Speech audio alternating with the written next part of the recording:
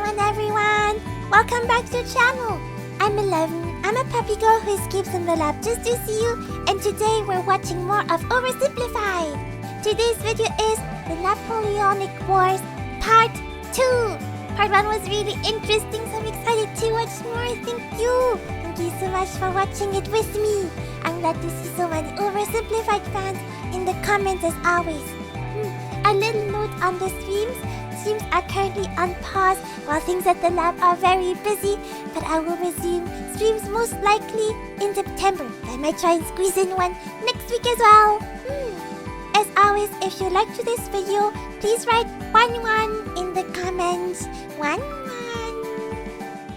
Okay, I'm super excited. And usually he also does a little recap at the beginning, so I'm not gonna do one, but if he doesn't, I'll do one. After the Third and Fourth Coalition Wars, Napoleon had decisively defeated all three of his main rivals on the continent, and he was now undoubtedly the master of Europe. After the Battle of Friedland, his enemies sued for peace, and they all met on a raft on a river for negotiations. On a raft? They had been fighting. I mean, I imagine it must be quite a big raft, because wouldn't that... I guess it can't... No, wait, I was going to say it can't be moving that much, because imagine you're trying to negotiate and the raft's going, wow! For the past 4 years, it's a river. but now move loads. Napoleon and Alexander surprisingly got along like a house on fire. They laughed together. Besties. They chatted long into the night. They kissed. The two had a lot of mutual respect, and Napoleon even told his wife that if Alexander were a woman, I would make him my mistress. Is that a compliment or an insult to someone like Alexander? I feel like a man wouldn't like to be told that someone would make them their mistress. Kind of a weird thing to say to your wife, Napoleon. In the end, they came to an amicable agreement. Russia would lose barely any land, and in return, they'd join France against the UK and invade Sweden. Win-win. On the other hand, Frederick William III was sidelined, and Prussia lost an enormous amount of territory to French client states. Only the UK remained as the last major threat to Napoleon, and they continued to be a big thorn in his side, constantly funding his enemies and using their powerful navy to wreak havoc on French trade and overseas colonies. But what could Napoleon do? The British were safe across the channel. Well, he said, if I can't fight you with guns, such a buff against other nations who don't have a strong navy. I'll fight you with money. Earlier in 1806, Napoleon had announced the Continental System, a total shutoff of the UK from continental trade. No one in Europe was to trade with Britain, and Napoleon hoped that by hitting their economy, he could force them to negotiate. The British economy did take a hit, and they responded in their typical fashion, by going to Copenhagen and blowing a bunch of stuff up. But in general, the British managed to stay afloat by simply increasing their trade with other parts of the world. Many neutral countries found themselves stuck between a rock and a hard place as the two European superpowers demanded they cease trade with the enemy. Hey America, you better not trade with the French or else I'll come burn down the White House. What? This is gonna wreck my economy. It's also a pretty long way to go and blow it up.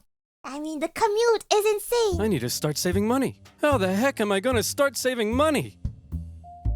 Yeah, that's right. You know where this is going. We're gonna skip this one. I normally don't skip ad reads, but you know the drill. Now, where were we? Oh yeah, making peace with the Russians, a continental blockade, and blowing up Copenhagen. Sick of being blown up for doing almost nothing, and under significant pressure from Napoleon, the Danish officially sided with France. But Napoleon... They're just in the way geographically. They haven't even done anything. This blockade had the biggest effect on continental Europe, who were now cut off from a major trading partner, one that controlled the seas and held a rich, growing empire. And a lot of countries didn't fully comply. Portugal, a traditional British ally, refused to take part. No problem. Napoleon sent an army and invaded. But it wasn't just Portugal. Many of Napoleon's allies were also suspect. Your Majesty, it seems that Spain isn't properly enforcing your blockade. Spain? Why not? Well, it appears they've been trying to find a way out of being your ally since they lost their fleet at Trafalgar. What is with these people? It's almost like everyone's only pretending to be my ally because they know otherwise I'd beat them up. Do I even have any real friends? Are you my friend, Pierre? Say yes or I'll slap you. Napoleon had come to mistrust his ally to the south. And in particular, Napoleon thought the Spanish royal family were an incompetent mess. All right, Carlos, you've got to get it together. How can I trust you when all you do is... I wonder how many Carloses there are. There must have been quite a few Carloses in history. It's coming Go in. hunting. Meanwhile, you let this ambitious nobody who dislikes me run the country. And you seem to be the only person in the universe who doesn't realize he's boinking your wife. And what's worse... Who the heck are you? I'm the king's son. I just overthrew my dad. So, actually, now I'm the king. That seems You easy. people are the biggest cluster of shameless, narcissistic idiots and all around just the worst people I've ever met. Here, have a kid's Wow. Stones and glass houses and all that. choice award. French forces, many having conveniently already entered Spain to invade Portugal, occupied Spanish forts, and Napoleon invited the Spanish royals to France to help mediate their differences. So like a hostage situation? All right. We're here with the royal family of Spain. So, Fernando, you've been accused of plotting against your father and vying for the Spanish throne. What do you have to say for yourself? Well, Napoleon, I just think great. Well, I've got the test results right here. Fernando, in the case of the Spanish throne, you are not the king.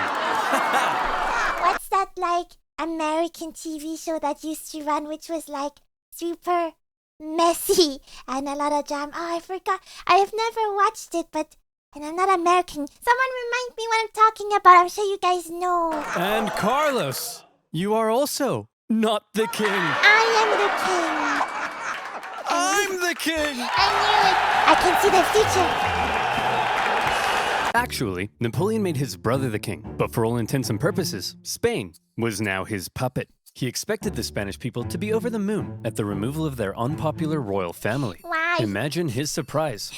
Well, I mean, maybe the royal family was unpopular, but it's still better than having a Frenchman on the throne. When it turned out that people don't really like to be subjugated by a foreign power, least of all one who had previously attacked the Catholic Church. And so the people of Spain revolted. Brutal fighting broke out as bands of armed Spaniards ambushed French troops across the kingdom, and vicious atrocities were committed on both sides. In addition to fighting the regular Spanish and Portuguese forces, the French had to contend with tens of thousands of guerrilla fighters throughout the Spanish countryside. The British even took the opportunity to land an army led by the future Duke of Wellington. And now, British forces were defeating French ones on land. Napoleon briefly went to Spain in person, and he did drive back the Allied armies, but before long, his attention was needed elsewhere. The whole thing became a nightmare for the emperor. He excelled at traditional warfare, but this was something more akin to Napoleon's Vietnam. The whole conflict would keep hundreds of thousands of French soldiers and resources bogged down for years. Your territory might have become a little too big, right? I think the size of the territory worked when you had all the allied nations, or like all the little subgroups who were with France and were taking care of their own business. When it's yourself having to do it on several fronts, I don't think that really Napoleon works. was never able to break the will of the Spanish people, and this problem weakened his position in Europe. Yeah, Hey, Spain's doing it, they're Francis, gonna do it want to go to too. war with Napoleon again?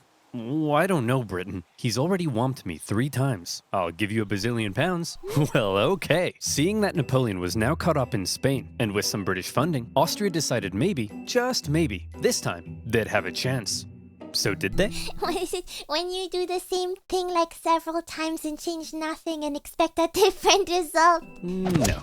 Napoleon defeated them in just 4 months. It was quick, but it wasn't exactly easy. The Austrians had been watching Napoleon and learning, and they had made some reforms, while Napoleon, after years of war, was increasingly having to rely on inexperienced conscripts. So this time, the Austrians gave him a run for his money.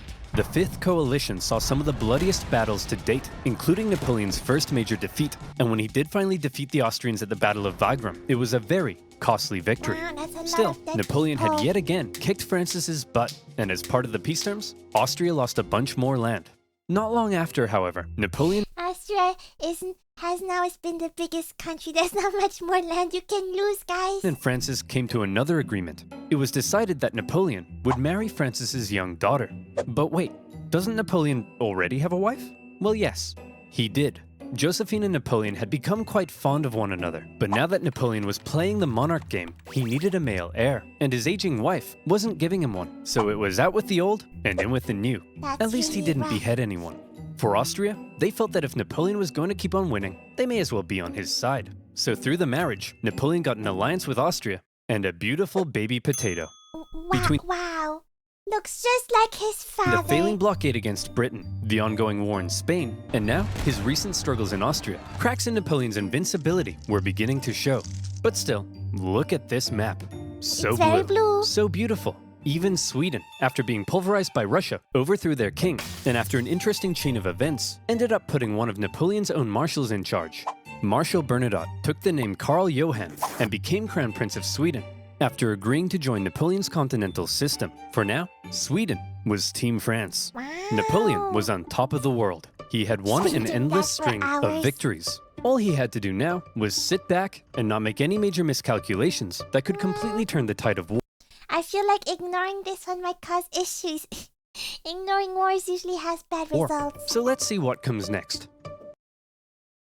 Russia. I'm sure that's France's a great alliance idea, with Russia and nothing was could a possibly go wrong. terrifying prospect. Together, the two could have been unstoppable, but unfortunately, the alliance didn't last. The Russians felt they weren't getting a fair deal. Napoleon's Duchy of Warsaw right on their doorstep was a bit of an insult, and then their economy began to tank because of Napoleon's British blockade. And eventually, they began to open up trade. Your Majesty, it seems Alexander is no longer abiding by the continental system and has begun trading with the British. Alexander? But he kissed me. He Aww. kissed you? You wouldn't get it, Pierre. No one would ever kiss you. The Didn't have to security of make it Napoleon's empire personal. depended on removing the British threat, and he wasn't happy with Russia's backdoor shenanigans. And so in 1812, Napoleon decided Freezing. Come on, oversimplified. to go to war. He gathered together the most massive army Europe had ever seen, made up of troops from every corner of his empire, and he prepared That is to such a invade. massive Okay, army, it looks that's like Napoleon's crazy. coming for us. Generals, I need ideas. We could That's like more people than some countries have inhabitants. stand and fight. Inhabitants. No, that's even. stupid. You're stupid. We could run away. You're a star. You'll remember Napoleon's tactics relied on astonishing speed to outmaneuver his enemy and force a quick, decisive battle. Well, I've got two words for you. Scorched earth. If his opponent retreated while scorching the earth, his men couldn't live off the land. And if his men couldn't live off the land, he needed his supply trains. And if he needed his supply trains, he couldn't move quickly. And if he Yeah, couldn't move that's quickly, he slow. couldn't outmaneuver his enemy. And if he couldn't outmaneuver his enemy, I think you get the point. Napoleon launched his invasion and hoped for a quick battle, but all he could do was try to catch the retreating Russians while moving deeper And they have so much room to retreat into. Russia's and huge. deeper into hostile territory. As he went, the horribly hot summer devastated his army. His men died of heat, exhaustion, and Yeah, disease. Russia has like both extremes in temperature, very hot and very, very cold. Supplies began to run out, and his men began to starve. very rural Many areas deserted, too. and still the Russians continued to retreat. Numerous times, Napoleon considered turning back, but that little voice in his head kept on telling him, keep going, just a little further. And don't worry, you're definitely average height for the time. He nearly caught the Russians at Smolensk, but it was his birthday, so he had a party instead. When he finally reached Moscow, Wow. he predicted the Russians wouldn't be willing to give up such a historic and holy city without a fight. And he was right. The He's Russians already lost so finally many turned men, to it's face him for the crazy. single deadliest day of the Napoleonic Wars, the Battle of Borodino. The Russians fought valiantly, and as he got older, Napoleon's battle tactics seemed to become a little less refined. I didn't do the math how old he is at this point. It does seem like a lot of time has passed. And a little more run straight at the enemy, try not to die.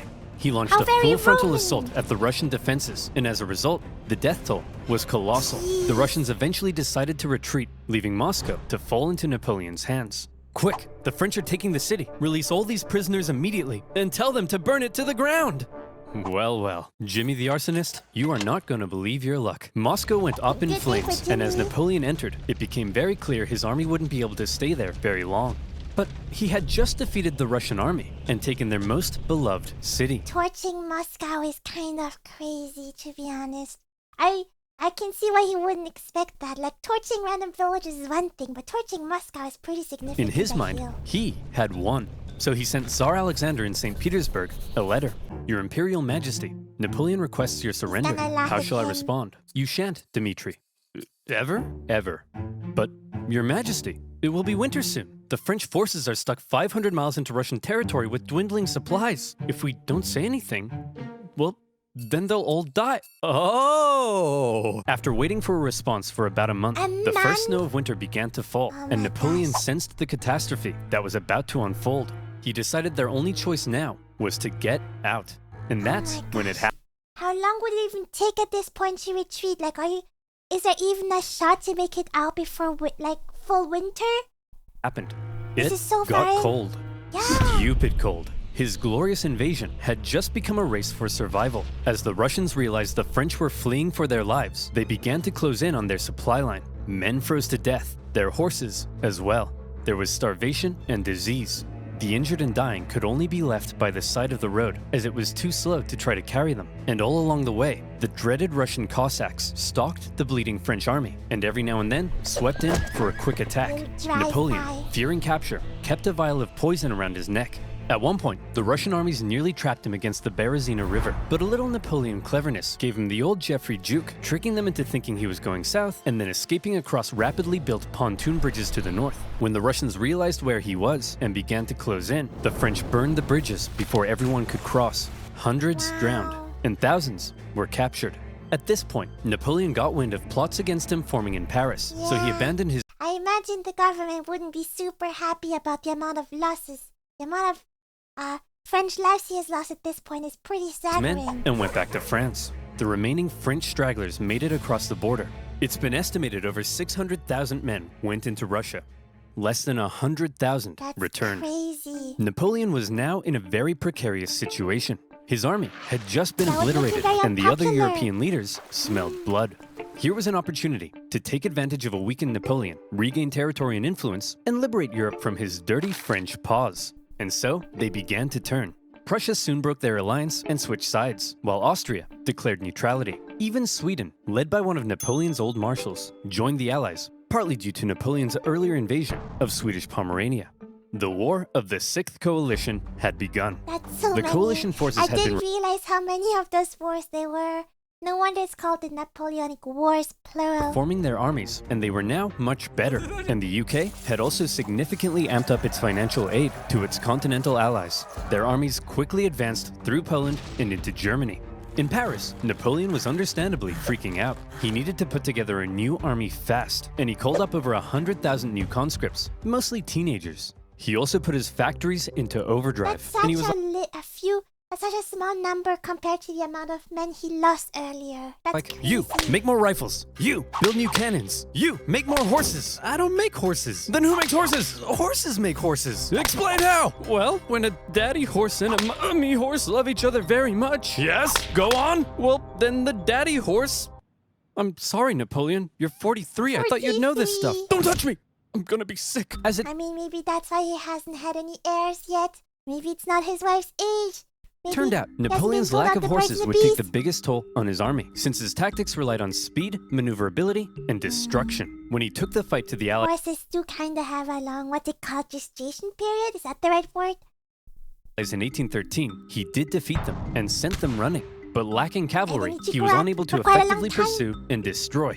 He needed horses. For the Allies, being defeated in battle by a man whose army was now full of inexperienced conscripts was concerning. So both sides were like, hold up. Time out. The Allies were somewhat cornered, and had Napoleon kept going, it's possible he could have won. But instead he agreed to a brief truce with the Austrians mediating between the two sides. When Austria demanded Napoleon make major concessions, Napoleon told them to shove it. Having had their terms rejected, Austria felt now they were justified in saying, well, we tried, and they joined the coalition. Okay everyone, look at us. The boys are back together. But Napoleon is still dangerous, so we need a plan. Any ideas? Ooh, I know. No, forget it. That's stupid. Oh, what's the plan? Spit it out. No. Come on, man. I've got it! When he approaches, we run away. Genius. Genius. He's a genius. The plan was as follows. Wherever Napoleon advanced, whoever he advanced on, I mean, yeah, it's just gonna drive him deeper into enemy territory, like what happened to him in Russia, right? Would avoid battle, allowing the others to sweep in from the sides and attack the French marshals guarding his flanks. Essentially, the plan was, don't try to fight Napoleon. And this plan worked tremendously. The Allies scored a number of victories that saw Napoleon move back to the city of Leipzig, where he would make one last major stand. As the Allied armies converged in on him from all sides, the stage was set for the biggest and bloodiest battle of the Napoleonic Wars, the Battle of Leipzig. Almost 500,000 troops from over a dozen nations stretched across the battlefield. the French found themselves fighting on all sides for 4 days against the Austrians, Prussians, Swedes, and Russians. It's no wonder this battle is also sometimes referred to as the Battle As of the battle where everyone hates France specifically. Some things never change. Nations. The French fought ferociously, but ultimately were no match for the coordinated efforts of the coalition. At one point, in the midst of battle, Saxon troops allied with the French had a team huddle and were like, "Hey guys, I'm pretty sure the French are losing. Let's switch sides." And so they did. When it became clear that Napoleon couldn't win, he ordered a retreat across the only bridge over the river. The Allies swarmed into the city, and desperate fighting raged in the streets. Okay, Corporal, after everyone has crossed the river, I need you to blow up the bridge. Okay? Like in Not Russia. before everyone's crossed, after.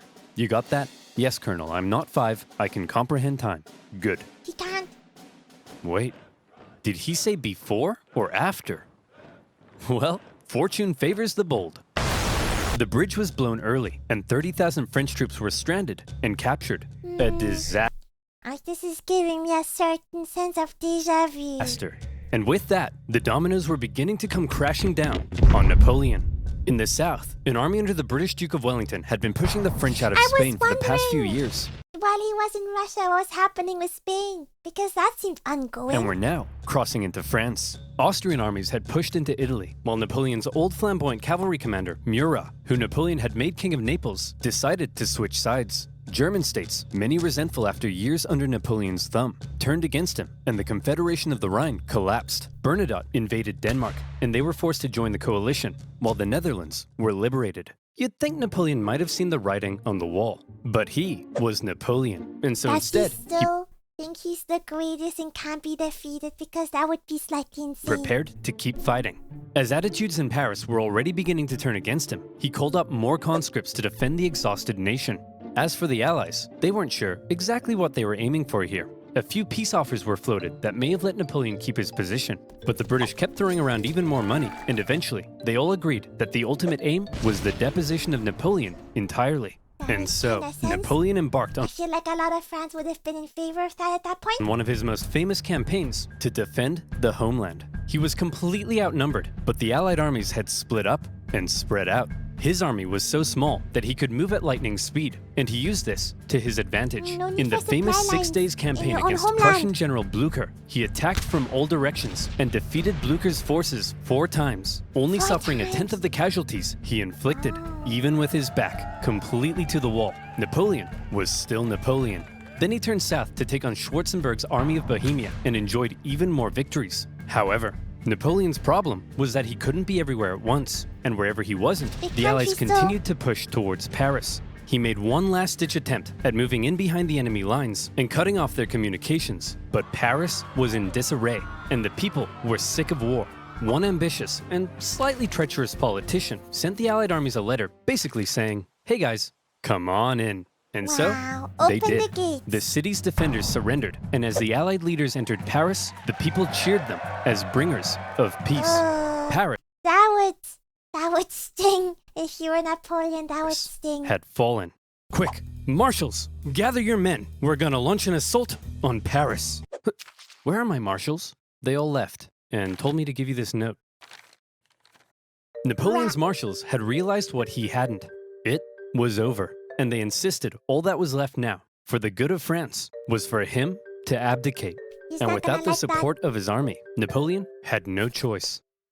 He hoped his son could take his place, but it was decided instead to restore the old Bourbon monarchy. Old King Louis XVI's brother would become the King of France. It was almost like the French Revolution had never even happened. But what will we do with Napoleon? We can't have a hyperactive 44-year-old menace running around reigniting revolutionary ideals and plotting his return. I know this like island to the south that's looking really cozy right now.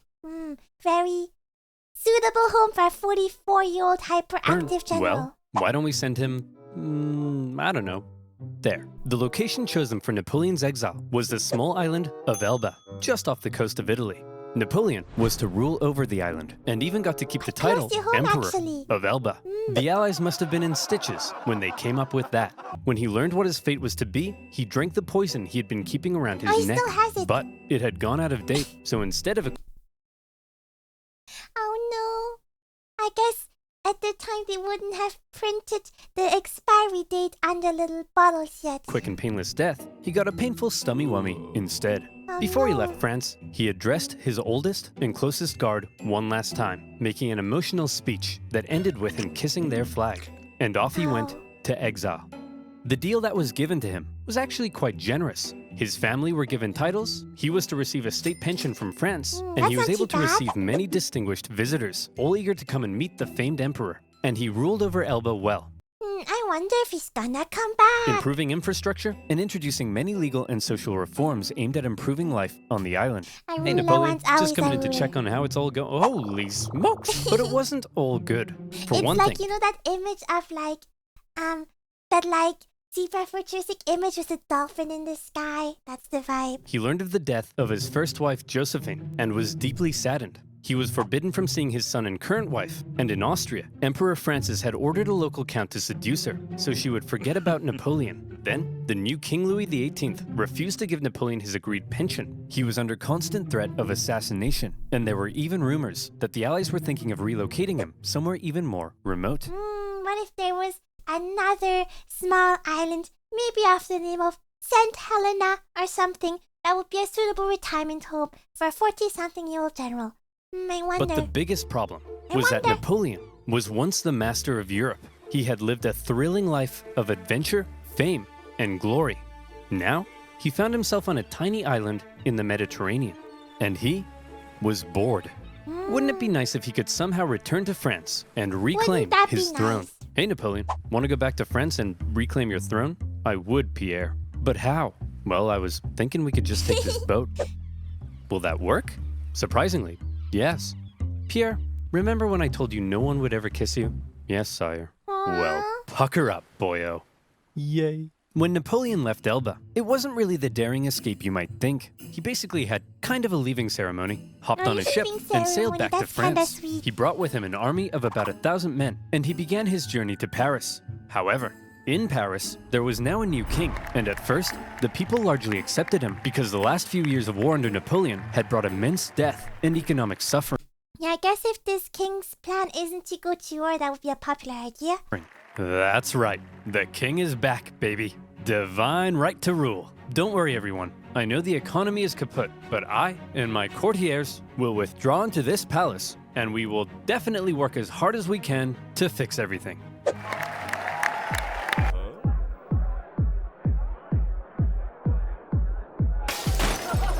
Oh yeah, that's why we got rid of the king. As the Bourbon monarchy began to look more and more like a return to the past, and the returning nobility seemed hellbent on regaining their lost privileges, the people weren't too happy. And so, Napoleon hoped that his glorious return would be met with jubilation. In the end, the reaction was a little mixed, but many were happy to see their old emperor. Your Majesty, it seems that Napoleon is back and marching this way with 1,000 men. That guy? No problem. I have hundreds of thousands of men. Send them to arrest him. Your Majesty, it seems the thousands of men we sent to arrest Napoleon have all joined his side. Well, Wow, I guess he still has some charisma and sway. His reputation is still carrying. I'm off to Belgium. If you ever need a king again, be sure to let me know. As Napoleon continued his journey, the king had sent battalions of men to stop him, but they largely comprised of Napoleon's old soldiers, many unhappy with King Louis's military reforms. And so, when ordered to arrest him, they simply couldn't do it. In one famous incident, the troops began to cry out, "Long live the Emperor." When Napoleon reached Paris, with King Louis having fled, he entered unopposed to reclaim his throne. Napoleon was back from the dead. Okay everyone, now that we've finally gotten rid of that guy, let's try to make sure something like this can never happen again. What's that doing there? Hey fellow monarchs!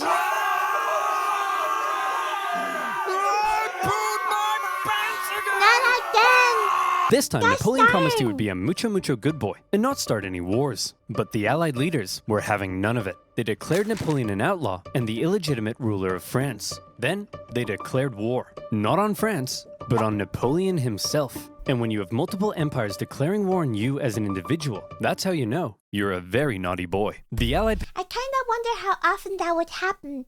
I usually hear about, nations declaring war on each other, not on individuals. How does it even work legally? Powers began making plans to combine their forces and once again invade France. The most immediate threat to Napoleon were the British and Prussians hanging out in nearby Belgium. If Napoleon could knock them out quickly, maybe he could force the Allies to negotiate, and maybe he could hold on to his power. Together, the two armies to the north outnumbered him, so he made a plan to divide them and take them on separately. Historians debate how much of a chance Napoleon had here, but this same strategy of dividing and conquering had worked for him. Yeah, it also kind of worked a little. Well, it worked to some extent when he was fighting to defend Paris. So they were already divided coming in, so he didn't technically divide Multiple times. He marched north with 125,000 men and took on the Allies in a number of initial engagements, defeating the Prussians before turning to take on the British. But to Napoleon's dismay, miscommunication and hesitation among his marshals allowed both enemy armies to retreat, and crucially, rather than fleeing east, the Prussians moved north, where they could remain in contact with the British. Napoleon sent a force to hold off the Prussians as he moved in on the British, now holding a defensive position at Waterloo. Prussian General Blucher sent word that he would come to Wellington's aid if he could just hold off the French for long enough. Napoleon had to defeat Wellington before the Prussian army could arrive in force, and it was close.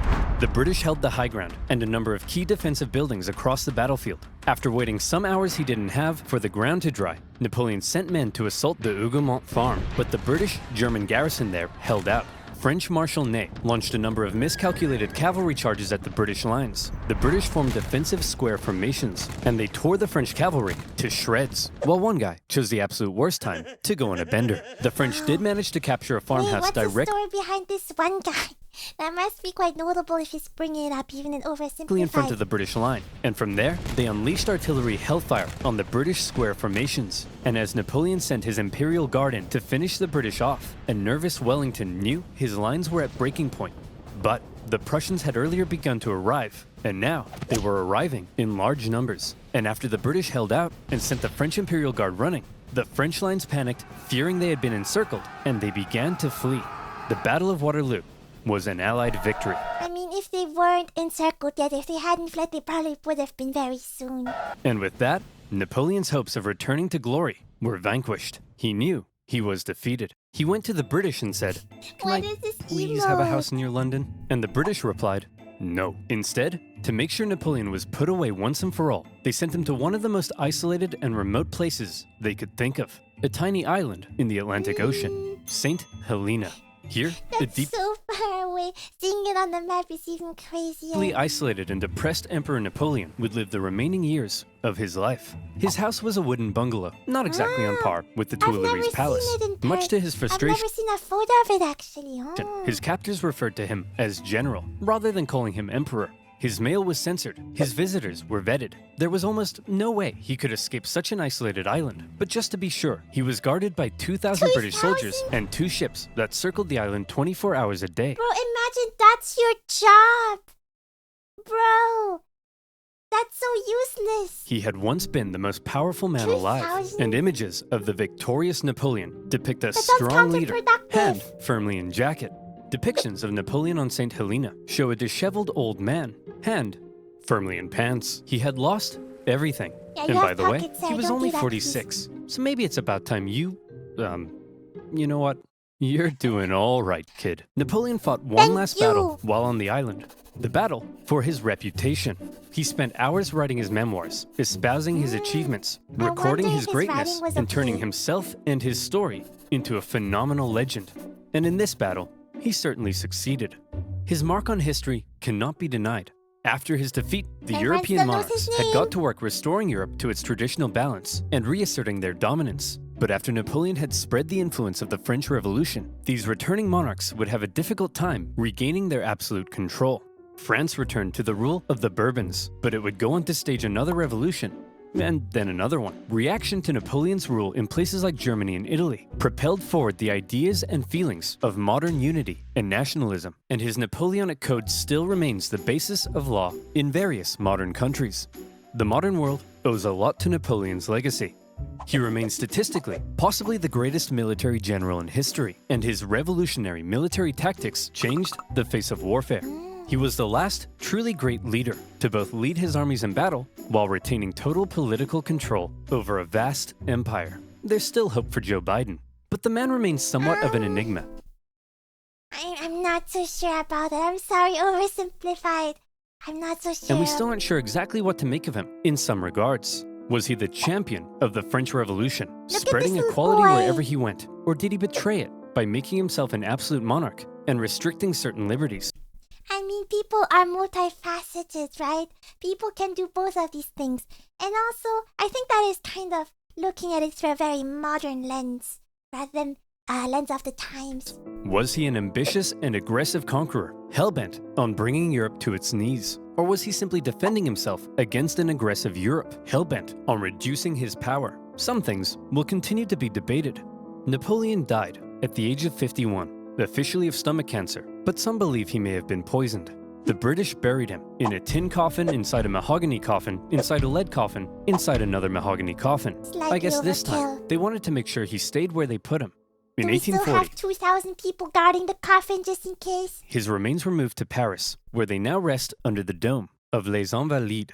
The man from humble origins, with huge ambition, ruthless determination, immaculate skill on the battlefield, and a hefty dose of luck, who was determined to make his mark on history, did just that. There is no immortality, he said, but the memory that is left in the minds of men. And in that sense, Napoleon knew he would live on forever. Wait, it says, to have lived without glory, without leaving a trace of one's existence, is not to have lived at all. I feel like the concept of living on in people's memories really does transcend culture and time. Oh, and to reiterate, he was definitely average height for the time. That was really interesting. I've already seen this one. I think next up we're gonna start going backwards in the catalog. I think I'm gonna start going a bit just from like oldest to newest, because some people weren't happy that I wasn't doing it chronologically. So we're just gonna go from oldest to newest. And hey, maybe by the time we've caught up, maybe there will be a new video. That would be really cool. Thank you so much everyone for watching with me. I'm super excited. I will do another oversimplified video next Wednesday. Don't worry. Thank you so much, and I'll see you guys soon. One.